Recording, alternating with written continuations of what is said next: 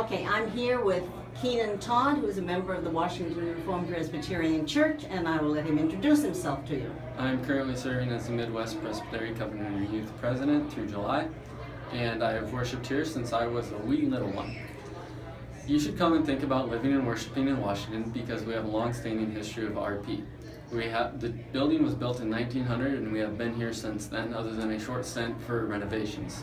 We have members of all ages ranging from just born all the way up through 96 years old, although we do not have a large number of people of any age, meaning that you will have people to converse with and learn from of all ages. We also are working to evangelize among the community and increase the community support and our footing within it. That is one of the reasons that you should worship at the Washington Reformed Presbyterian Church.